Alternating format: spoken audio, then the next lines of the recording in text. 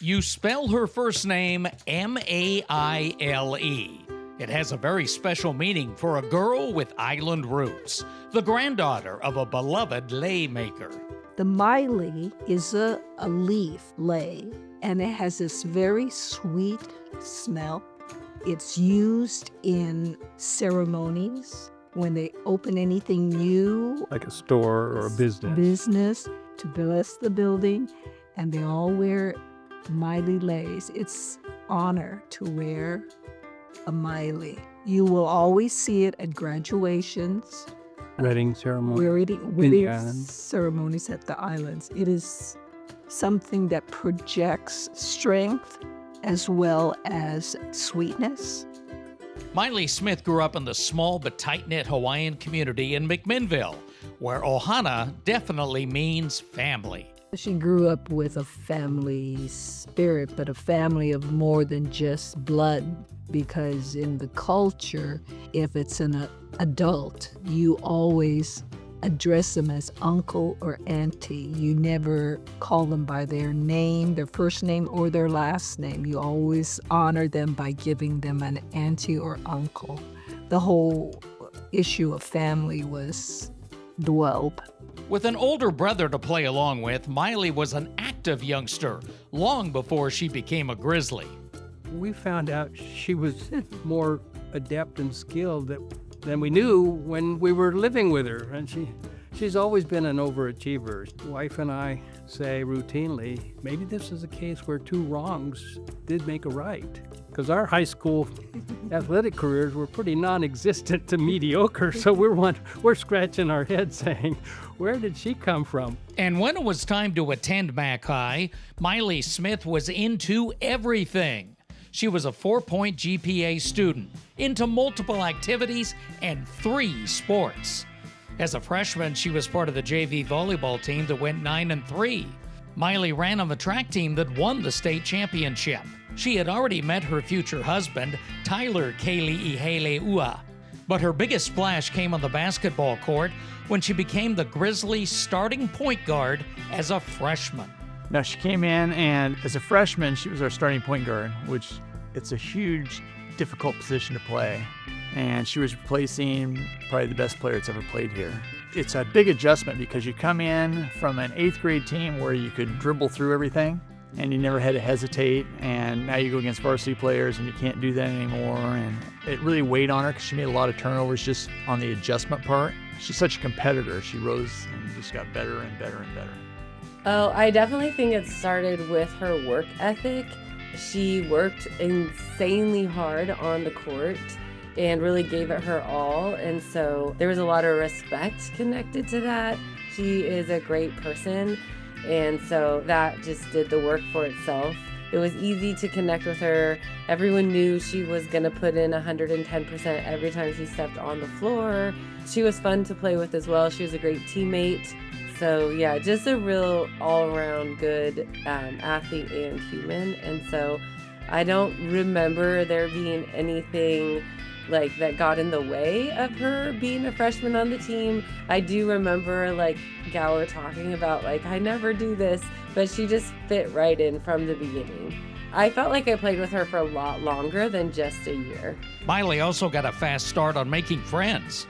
The freshman point guard formed a quick bond with her senior teammate.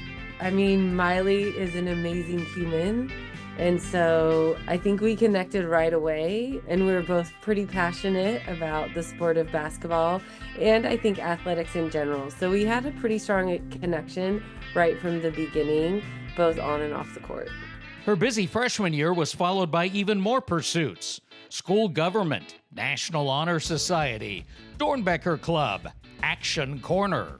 The first reason she would be successful is she was even-tempered. And having that kind of even, calm personality is going to help you throughout life wherever you go. There's the intelligence, of course, because she's a very intelligent person. And she is friendly, so she could be in any business or any endeavor and make people feel welcome and at home.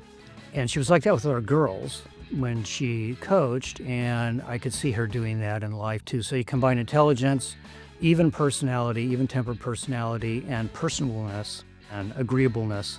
And she's very conscientious. Emotional stability, she's very high on, and she's definitely not neurotic. One never knows about life, but I think 90% of the people you can predict with accuracy what they're going to be as an adult from the time they're a teenager, and that was a pretty easy prediction. Maile attacked her sporting career with the same dedication, even when her body didn't hold up. She missed the second half of her sophomore year with a serious injury. Her junior year, she was right back to being a three-sport athlete, including a new sport, tennis. In my room, there were all kinds of pictures of the tennis team from the various years I'd coached. And so she saw that, and Maile had played tennis before. And I don't recall really pushing her into tennis in any way. Somewhere along the line, her sophomore or junior year, she came up and told me that she was going to play tennis. Of course, Maile succeeded on the court as well. She was an excellent doubles player, and her senior year, she helped the Grizzlies win their first ever league championship in the sport. That was part of an outstanding final year at MAC.